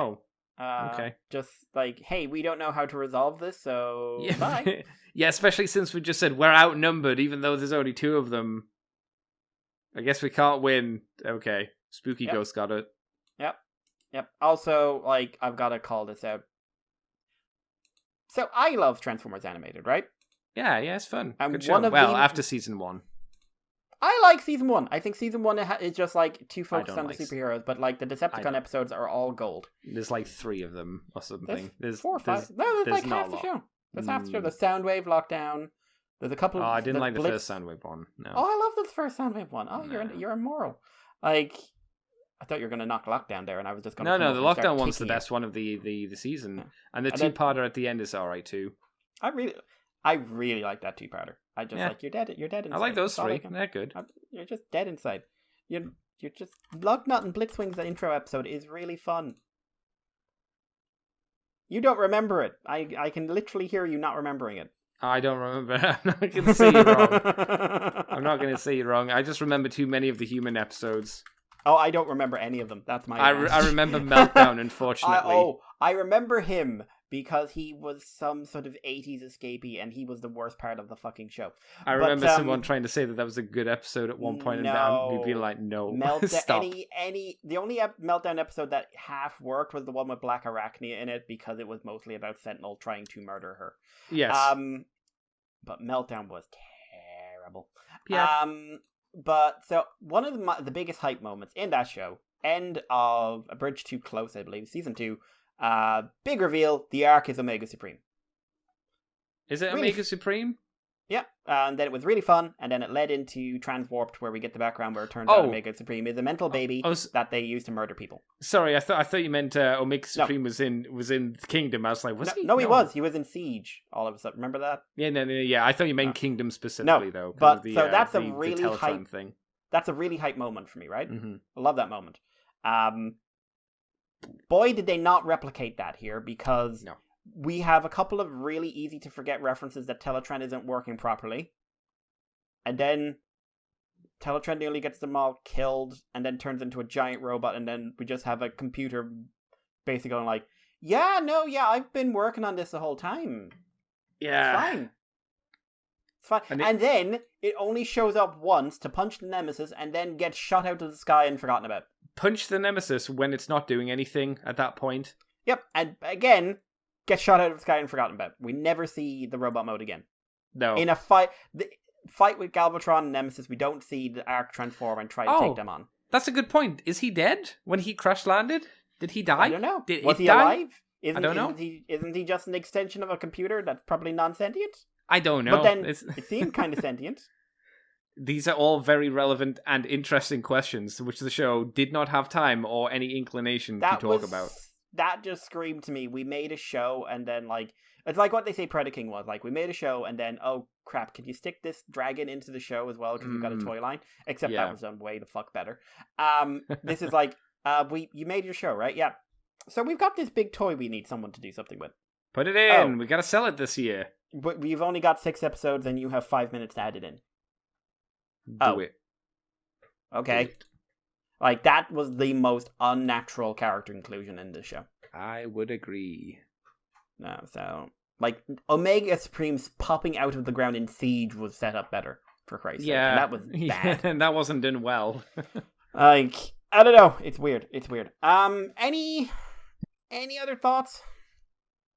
I don't think so. Oh, I would say Unicron's voice again. I think you should have done a bit more with it. It wasn't very. It was only as deep as Galvatron's, so it didn't have enough presence for me. So again, a little bit of a miscast. Or you should have tweaked the audio a little bit just to make it a bit more godly, I guess, or demony, devilish, something to make it a bit more umphy. They get reformatted, those two as well at the end. Yeah, so. Really wish we saw into what. Yeah. Well, you're gonna have to wait for the next season to find out, I guess. I don't want to. No. If there's going to be, like, well, that's the thing. I would Who be knows surprised what if there was, to be honest. Yeah, same. Like, I would be very surprised because it would be very strange if the next toy line is more like wider culture, like G1 and Prime and Armada and other stuff brought in. It would be very strange to then, like, follow-up series that's in continuity featuring Prime Optimus. Mikey, I know what they're going to turn into. If you say what I think you're going to say. What am I going to say? No, go ahead. Go ahead. What if they make him into Violent Jagger? Yeah! Let's do it, baby. Bringing in Violent Jagger for the next season. I'm just going to let you laugh this one out. Go on, get it out. Are you not down for that? I'm happy I'm gonna be the one that guy. You are this hopeful and this involved in this. I'm gonna be the one guy that keeps waving the flag of Violent Jagger. I'm gonna be that one guy. And someone's gonna be like, Andy, we made a figure of Violent Jagger. It's £300, and be like, fuck off, no. No, to make one, it's like a tenner. I'm not really that interested. I don't know. Yeah, maybe you could have done something cooler. Let's do Violent Jagger. Fucking yeah. But yeah. Rating wise, I'd give the show an average of a 5, some 6s, very rare 7, and really 7? Very, very like 2 or 3 second kind of 7s, but okay, wouldn't give higher than that. So that is my rating. What about yours? Generally just 5 across the board, apart from some points where it dips into a 4. Like I say, with the bad points that we mentioned. But I'd just go 5. I don't think it's too hard to say 5. It's very average. I'm going to forget about it quite quickly again. Granted, you could say, oh, that's not a big surprise, Andy. You forget a lot of stuff. This will be gone within the next 2 days. Like, my brain will flush this out. And it won't stick with me because of how angry it made me. It will just go because I think at the end of the day, it's quite forgettable. It hasn't done anything that interesting or that special, at least from my perspective, in the lore of Transformers and in the greater universe of cartoons shows in general. It's one of those, like, it's made an impression on Netflix. It did well, which means it will be influential in some shape or form. Don't ask me how. I would really like if the next show could have a completely new creative team, and certainly a new showrunner and voice director, and preferably not Polygon. Although I will say the animation was one of the stronger parts of this, even if I didn't like it a lot of the time. It was like leaps and bounds over what Polygon's done in a lot of ways. It'd be nice to have like, if we're going to do a trilogy, plan out what the trilogy is, because clearly this wasn't planned out. I don't think it was planned out. I think it was not quite Star Wars sequel trilogy unplanned, but no, not that bad. pretty unplanned. Yeah. Get some better writers. We had better writers, at least for some episodes here, which helped. Made some of the episodes actually work. Maybe don't. I don't know if it's their fault, but try not to stuff the next show with too many characters when you have 6 episodes. I would say, like, if you're going to do this again, decide on main characters, right? Yes. Stick focus to them, characters. And yes. do not stick to the toy lines. And what I mean is, if you are going to make another show, make the toys about the show, not the other way around, because you had to inflate or replace the cast of this show 3 times. I think that's more of a Hasbro problem. Yeah, and I don't think absolutely, they care. I know they don't, but I'm just saying, if you want to make this show good, that is something, like, you cannot afford to have another show where you add 7 or 8 new characters to an existing roster. To the point where, like, major characters from your previous seasons are completely forgotten. Sure. Like, it just, you cannot do that again. It's like, that is... Please don't. That's just a disaster move. So yeah, that was Kingdom, I think. Do you have anything to add? I don't think so. Like I say, there wasn't a huge amount to talk about, really. But I don't think we've been overly critical. No, but I like to think we've been fair. Plenty of people love it, and plenty of people like it or whatever. Like, and like I said, it did well on Netflix. Like, our opinion is only our opinion. Like, yes, and certainly, like, if you loved it, like, you do not ever have to justify that to anyone else. But we do a podcast, and we have to explain to people why we didn't like it or did like it or whatever. That's right. That's true. So, yeah. Also, you should watch Transformers Prime. Oh, yeah. Yeah, much better. Definitely. Yep. Well, Mikey, what have you been up to this week? What have you done for fun? Because before the show started, you said nothing. And I was like, oh. Yeah, not a ton. I do not have much to add. So I just have, like, I got basically, like, very little TV or computer games or anything else. It's like, one of those weeks where I just found myself not doing much or accomplishing much. I blame the French. Oh my god. So the only thing that I can say I did do is I got 2 unexpectedly well-timed boxes from some pre-orders from a while back. So I got the box containing the full armor, the blue full armor, and the F90 Unit 2. From Gunpla. So the full armor box is fucking huge. It's very big. Is this your first master grade? It's not. No, is it? No, it's not my first master grade. It's just twice. It's twice the size of the F90 box.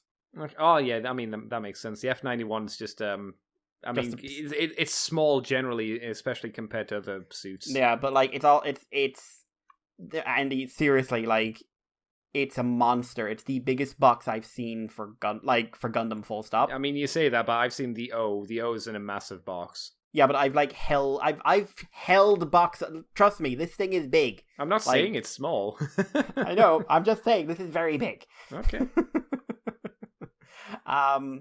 Would the O be? Well, no, the O was huge even if the high grade's like old. No, but, I mean like the master grade of the O. I didn't know there was a master grade O. Yeah, it came out a while ago. I think it was pretty expensive, but yeah, I mean the high grade's big. Imagine how big the master grade is. It's very big.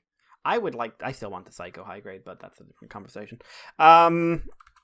But it's large. The other box I got, I haven't opened either of those yet. Other box I got contained the Shadow Fox Zoid, HMN, which I will be getting to at some point soon, and the Soto Chronicle Wave 3 Gaim. I think it's Wave 3 or 4 Gaim, which is the final form wave, which is Kiwami arms, Yamato Hagiri arms, Lord Baron, and a weapon set to go with Kiwami.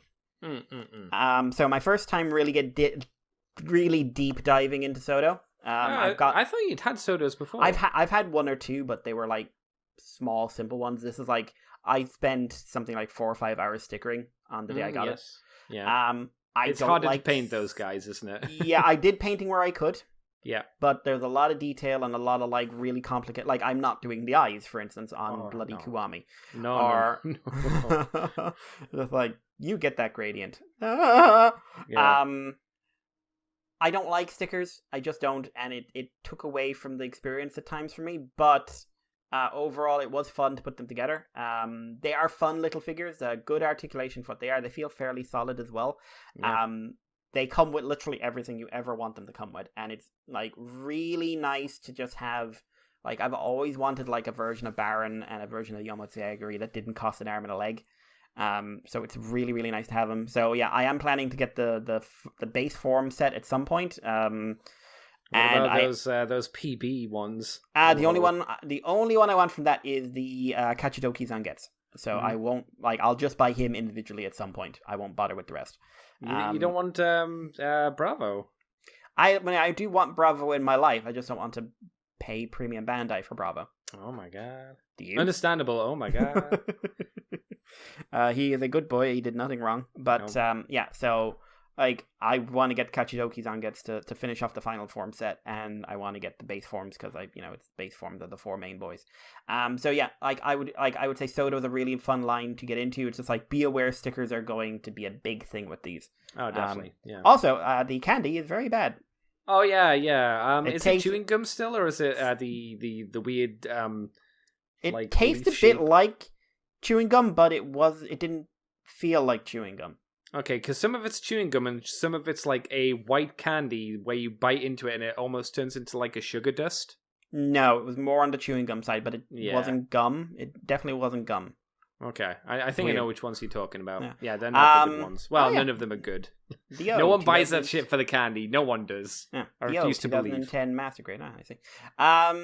The only other thing I did is that I've been building my Technoman kit, or my Technoman Blade kit, whichever one you prefer. With the boob face. Yes, it turns out, as I was lining him, it turns out that his face, without his eyes on, looks exactly like cleavage. Yeah, I didn't even know that. You said that, I saw that tweet and went, oh. Yep. Oh. I couldn't unsee it then, so I very quickly painted the clear plastic to go over it so that I would never have to see his boob face again. Why? What's wrong with boob face, you racist? What's wrong with that? Well, Don't judge someone with their boob face. My eyes are up here. Mm-hmm. That doesn't work in this context. So I've got the body build. I've got the left and the left limbs built. It's a fun build, master grade grade. Some problems with really tiny pegs that make me very nervous when you're pushing things together. Oh, okay. And some of the lining is a little frustrating just because there's the weapons have a lot of detail, so like it's really easy to fudge up the lining. One thing is there's some of the lining options like they don't have a deep enough groove, so it's really easy to have to redo an area 2 or 3 times. Okay. I wouldn't say it's my best like paint lining job I've ever done on a kit, but it is enjoyable, and I am liking how it looks coming together. I won't like judge on posability or anything until it's articulation until it's all together. Do you like the low accessory count? Just because like all the money went into the kit, and like they've got what you need. They've got the blades and they've got the shoulder cannons, which are actually really fun to put together. So I like him so far. I mean, I'll wait until he's fully done before I give a proper opinion. But I like him. And yeah, that was me. That was me. Really. What about you, Andy? Wow. I haven't done a huge amount as usual. I did start Jujutsu Kaisen, which is an anime that started up previous few seasons ago or something like that. A lot of people said it was good. The animation's really tight on it. It seems to have a really solid start, but it's the concern of it's meant to be shonen-y. Oh, why would you say that? Because I think the first 2 episodes, which are the only 2 episodes I've seen so far, are quite engaging. But if it is shonen show, then I fear it's going to have like a start like all of them. Like it starts off fairly interesting, and then it just evolves into nothing's happening. Fantastic. We need this drag on as much as possible because we need Yes. this to be published for as long as possible. That's right. We need as much money so we can't have all the things happen. It is a concern. At least it is a concern for me because I think that kind of storytelling is murder. It's a big old bullet in my noggin, meaning my brain, and I don't like it. Maybe I'll be wrong, but yeah, it's a thing I worry about. I finished watching Babylon 5 Season 4. Very, very tight. I bought, but haven't received Babylon Season 5. Not a great season, but it was only like £3 used, so I was like, whatever, right? Yeah. £3, fine. Let's rock and roll. And I also bought the Tales from the Crypt Seasons 1 to 7 on DVD because it's not on Blu-ray. And I bought that for £32. I thought £32 for 7 seasons, that's nothing to sniff at. And I like Tales from the Crypt. Another fun little 90s show. Got some stinkers in there, but it also has some good shit too. I haven't got them yet, obviously, but they'll be coming at some point in the next week. And I don't really think I got up to anything else because that's what most of my time is like. Oh, I've started playing Neo. I think that's new. Neo being the best of the Dark Souls clones. It's got a fun combo system. It is Dark Souls-y. It, of course, because it takes place in Japan, takes place during the feudal era, so Nobunaga's in there and all those guys. It's like, oh, this seems like the only time period that Japan wants to make when it's talking about its history. They really like the feudal era. They really, really like it a lot. It's had, you've seen it in so many iterations. It's in fucking Kamen Rider and Sentai all the fucking time. But no, Neo, it's enjoyable. I've had to take a break from The Witcher because the combat is killing me. And the meandering story is also killing me. I'm really sick of going, where was I up to? I think in the main story, I'm up to a point where I can either go to Skellig and find Yennefer there, or I can keep going and trying to find Dandelion. Oh, yeah. And to find Dandelion. I think you're in midpoint. Fuck. You have to ask about so much to find Dandelion.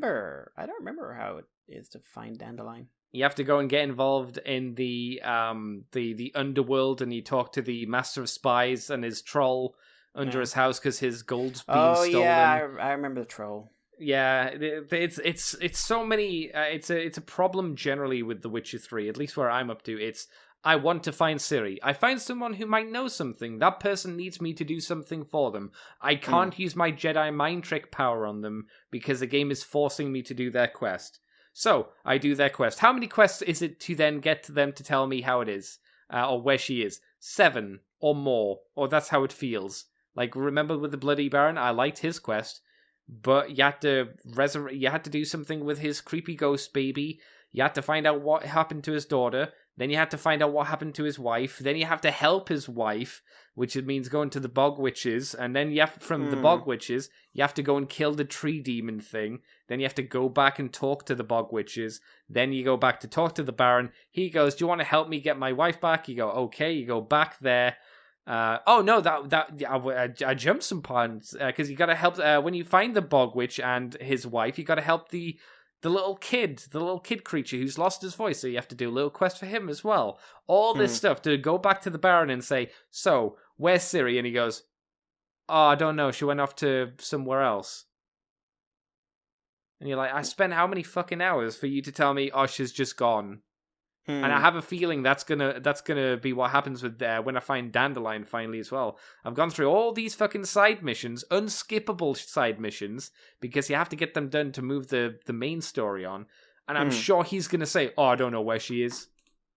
It feels like the story is meandering and not adding anything apart from time. If I remember right, you would like Yennefer is a big part going forward. I would fucking hope so. So she, you just meet her at Skellig and then it goes on. I don't even think you separate really after that. I watched a review. I didn't watch what the guy said about the good stuff. It was an hour review. He was going in depth. And I went through the bad. And his issue was that as well. And he said that the find Ciri portion of the game is really big. The prepare for the wild hunt is 10 minutes. Yeah, and then the actual fight with the Wild Hunt's really small and unsatisfying. Yeah, I still maintain the best part of Witcher is to play the vampire DLC. Is that Blood and Wine? Yep, it is the best part of the game. It has the best story. It has the best pacing. It has the best boss fight in the game. Mm. It's just boss fights are terrible in this. Yeah, it has a proper tree tier. Combat's just generally bad. Yeah, it's bad. Leveling system is bad. All of the systems that tie together through combat are terrible. Like you get levels, but you get skills, and the skills don't really change the gameplay. All they do is add numbers to your thing. That's it. There's like one or two skills specifically that change the dynamic of either wielding a sword or a spell, but that's about it. Like 2 or 3, that's it. Like, I generally relied on basic spells. Yeah, I could see that. It's more interesting than what I have, which is just press X and you win. Eventually you win. Also, the guy mentioned that there is a soft level cap, which I've noticed. When you get to a certain level, side quest missions give you like 1 XP. And I actually wondered for the longest time, why am I getting no XP? And it's because it doesn't want you to be too high of a level. Yeah, it's an artificial level cap. It's an artificial level cap, which is also imposed by you get skill slots fairly quickly, apart from the last 2, until obviously you move on to the Blood and Wine DLC, which you get a few more slots. But it takes a while. Like, Blood and Wine also introduces a new like character progression system. That is not that the bad. mutagen stuff? Yeah, which is not bad, but really feels like it should have been in the original fucking game. Yes, like that's what he said as well. And he said, like in his video, that even then there was only like 2 skills he thought for his build was any good, and nothing else was worthwhile.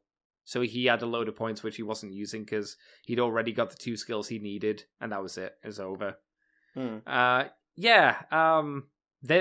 think I do not understand why this was such a highly praised game. I don't think it's a bad game. I don't think Witcher 3 is bad, but I do not see why everybody was shitting their pants about this, going, it's an amazing game. It feels better and more involved than Skyrim, but it has a lot of fucking Skyrim issues. I'd even say that Skyrim has a more interesting leveling system and combat system. And I wouldn't even say that they are combat-wise, I wouldn't say it's a desperately good combat system. No, I always hated Skyrim combat, I'll be honest. Yeah. But I think it's better than what we have in The Witcher. I really do. I think the Witcher combat system is bad. It is bad. It's half-baked. It's like a student project. There was no real thought put into it. Because all these things that you specialize in, you need to use anyway. So you don't really become a unique build.